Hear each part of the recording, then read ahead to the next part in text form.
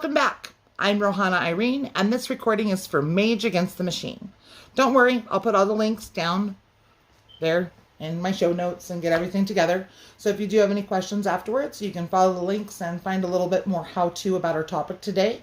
And that topic is being pagan altars. As you can see, mine's blank. It's pretty empty. And when we had the season change, I was going to do it and I was going to get it all together and post everything. And then I was like, wait a minute, I feel like poop. Life is stressful. Oh no. And I didn't do it on time.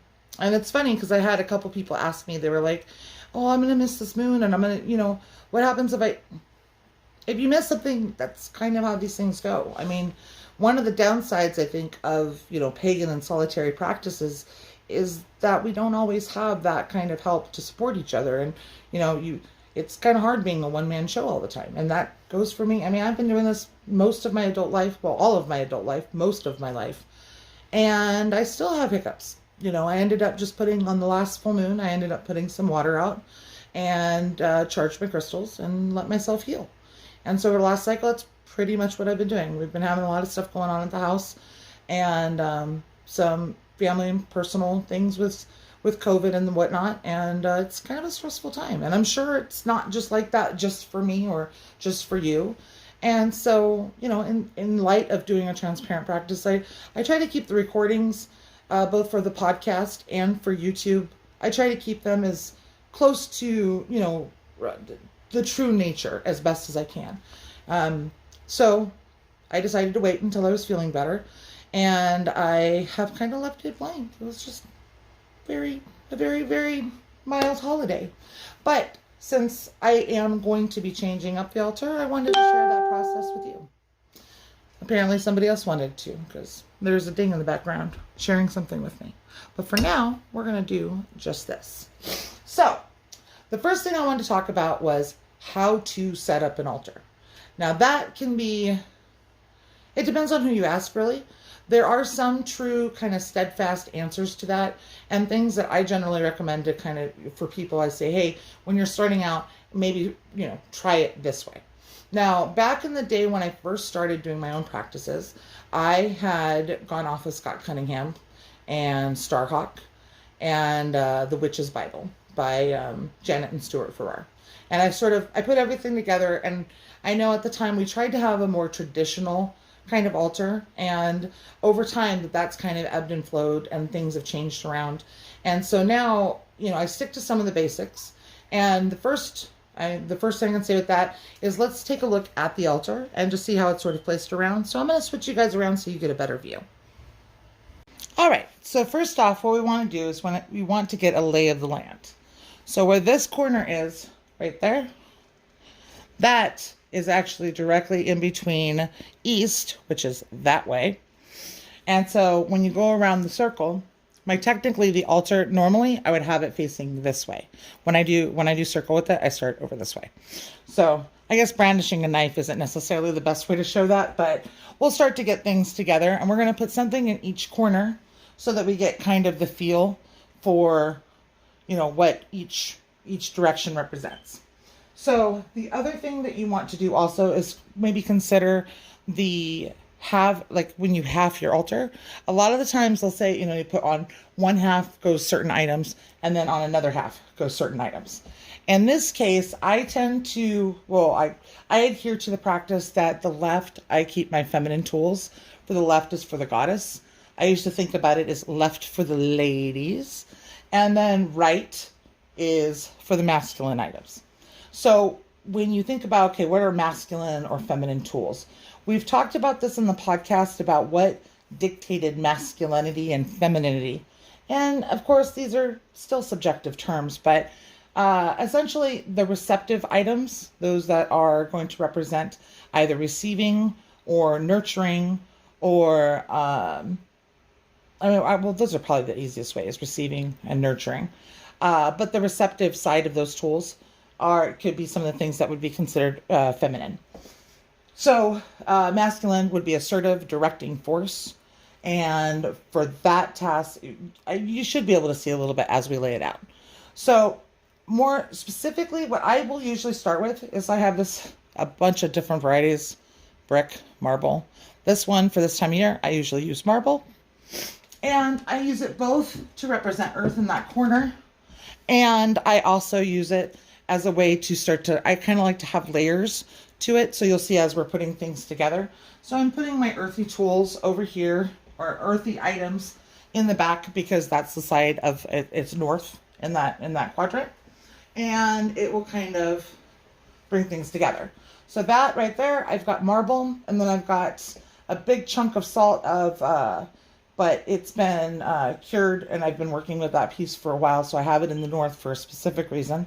And then I also have a chunk of obsidian, which for the work that I'm going to be doing this month, it is going to become pretty important, I think. And as we go and we show the rituals during the month, we're going to be talking about the specific items and what they represent a little bit more. Right now, this is just meant to be sort of a kind of a quick rundown, getting everything together. So we've got some of our earthy items back there. For the east, I actually start in the east, but for balancing on this altar, it's very old, so I have to balance it out just right, because it requires a little bit of tender love and care to make sure that it's done correctly. So now, where did we have this at? I just had my other candle. We'll have fire, which is in the south. And usually for that, because it's on the edge right here, you know, and because we've got north and then south, east, west. Because it's on the edge, I try to be super careful with it, because I don't want anything to go unbalanced. And kind of as I pull stuff out here, I'll get it into the right or the correct quadrant that I want to have it in. But we do want to have something that is down here in the south for fire. And for that, we have this nifty little candle that we're going to put up here. For now, I'm going to leave this one here. And then I've got my incense. These are going to be cone incense. I just threw one on the ground. I guess that one goes to my homies. I'm going to use these cone incense because I have this other item that I'm going to put in the east for... Oops, sorry guys. Don't know how much I blocked that out. So that we have our little incense holder. And then I have the incense that goes with it, which goes to the east. We're gonna I like to throw a couple of them down here on the bottom, just so I know that I have them. And with the color, I always like the green on this one, but I have a yellow one here somewhere. There we go. I'm gonna use the yellow one because that actually works with the coloring. So I'm gonna put that up right here. I'll leave that for the time being. This is pretty much a blank candle for right now. I know the color on it is pink, and as you'll see later on in the season, we're going to be working with these tools all month long. And so as we do, we'll talk about them a little bit more. In between the two, we have back there, since we have south and we have east, like this little one right here. It's just a very simple, another incense holder, because it always plus I like the way that it kind of brings the circle together around. Throw that one in there. And then we have our water for the west, which is easy enough, right? I like to use, I think this one, I'm going to be using this bowl. Last month, I used it to charge different items in it, but this month, I'm going to use it as my water. Oh, man. I still have some sand in it. There we go. But I would say I liked the coloration on it, and when you're looking at it up close, it's you know, it's very got its decorations on it. But if you look right there, I'm never 100% sure what the stuff is used for when I find it, but I find it and then I end up utilizing it. It's got like that right there for something to sit on it. In less ritualistic times, I'd be like, hey, I think somebody's probably used it at one point in time for a cigarette. Me, personally, I have not, because I don't smoke with my ritual tools like that, but, you know, it is what it is. Then, where did he go? I've got a couple other things that we're going to put up here, but I've got the one statue. This is a statue of a Shira, and we're going to put her on the left side. And then on the right side, we are going to grab, we have our little, we made this a while back, and we're going to use, because he's still our masculine tool, and have worked with him for quite some time now. So we're going to put Penny, that's what we call him, Penny, is a tool that we made. We're going to put him on this side. There we go. And he'll just kick it right there. He's kind of got that. Oops, nope. There you go.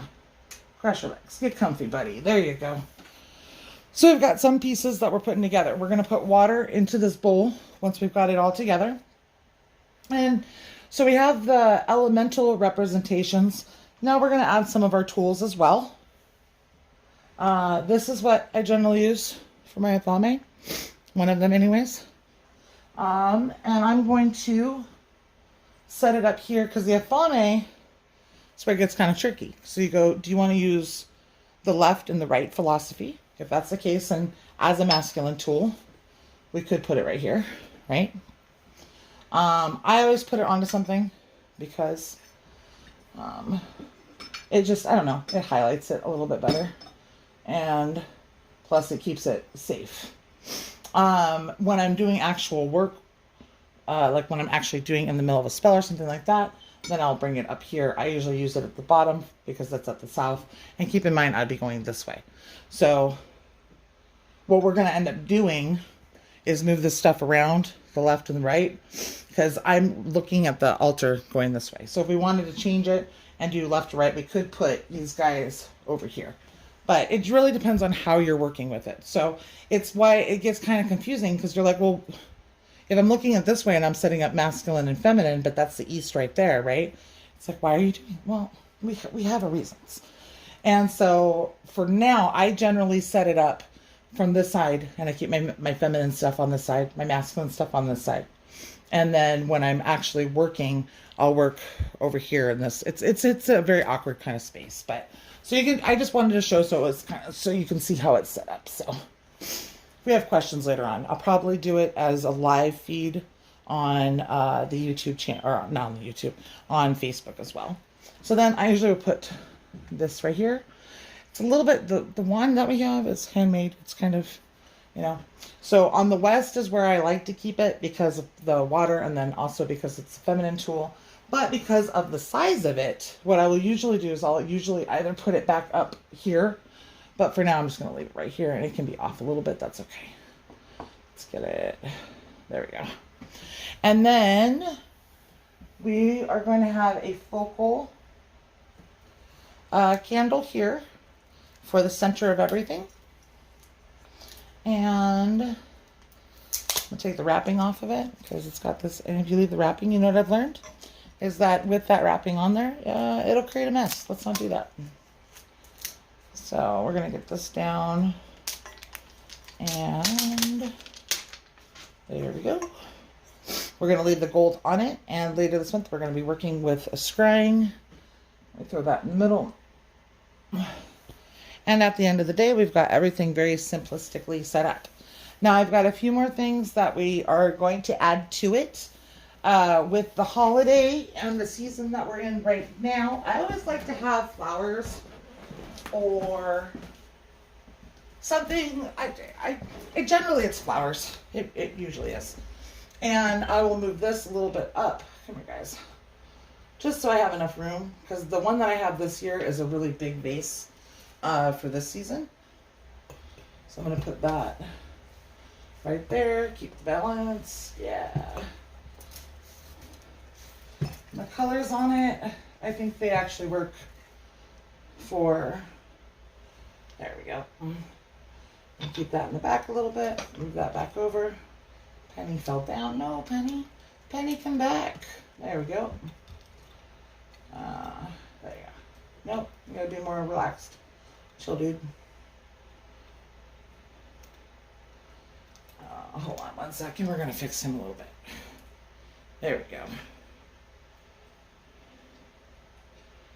There you go. So we got everything kind of all set up here.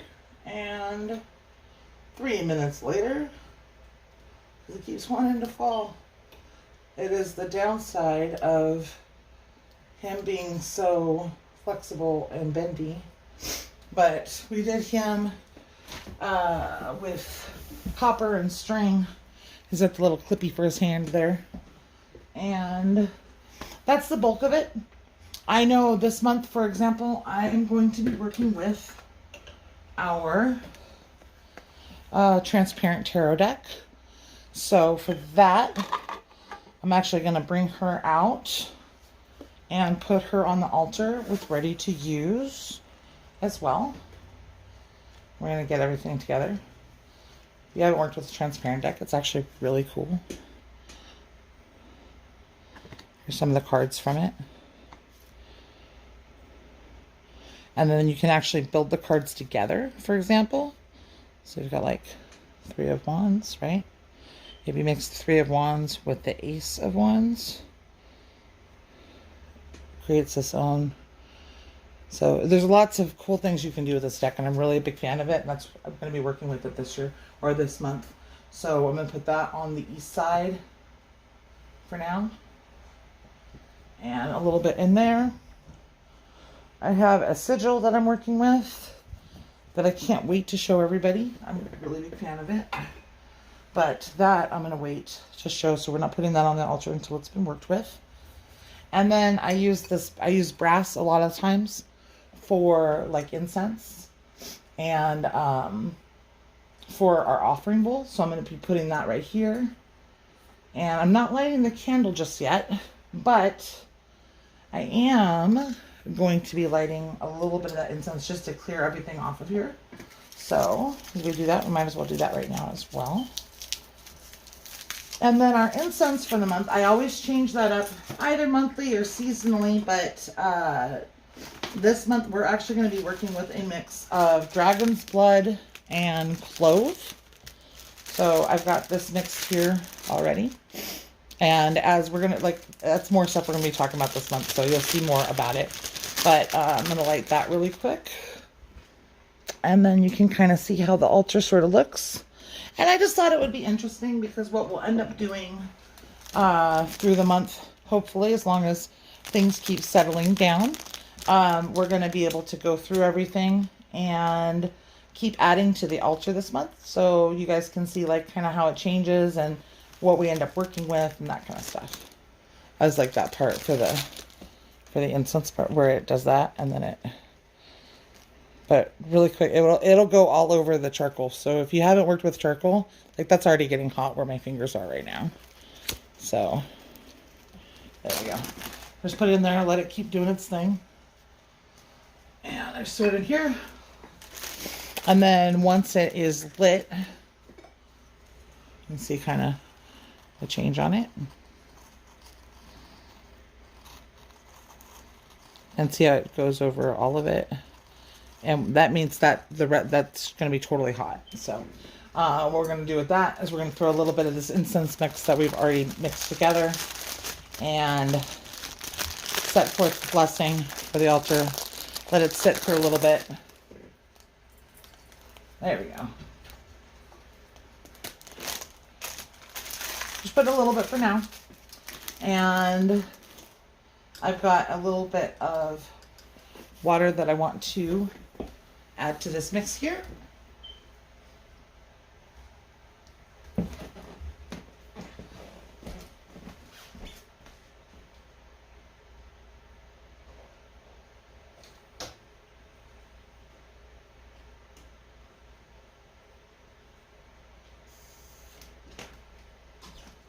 All right, and pour some of that out of the jug. So you got a little bit of the moon water left. Got a little bit in there. And then we'll just let it sit. So there you have it. We have that all together. You can see it from a different angle there. And we've got kind of some of the smoke that's going through here. And I'm definitely going to be adding more to it this month. And my hope was, fingers crossed, sticking with health, even just doing a little bit of a recording like this, I get a little bit lightheaded. But You know, what I would really like to do is going to be kind of put that commitment out there. What I'd like to do is just make sure that as we add some more things, there's specific items and things for ritual and during the moon cycle that I generally tend to do. So I'm going to try to add it and record it. And guess what? I'll be working on my video editing as well. So this is a learning experience for everybody. But thank you for letting me share with you. And hopefully we'll be learning something together. So I've got this all set up. I'm going to go do a few bits of my private practice and get this uploaded and share with all of you. So thank you. If you want to include any feedback, if you have any questions, or if you have any suggestions, by all means, let me know. Leave it in the comments or reach out to us on social media. Thank you so much. I am Rohana Irene, speaking with Mage Against the Machine, and blessed be. Namaste. Thanks for joining.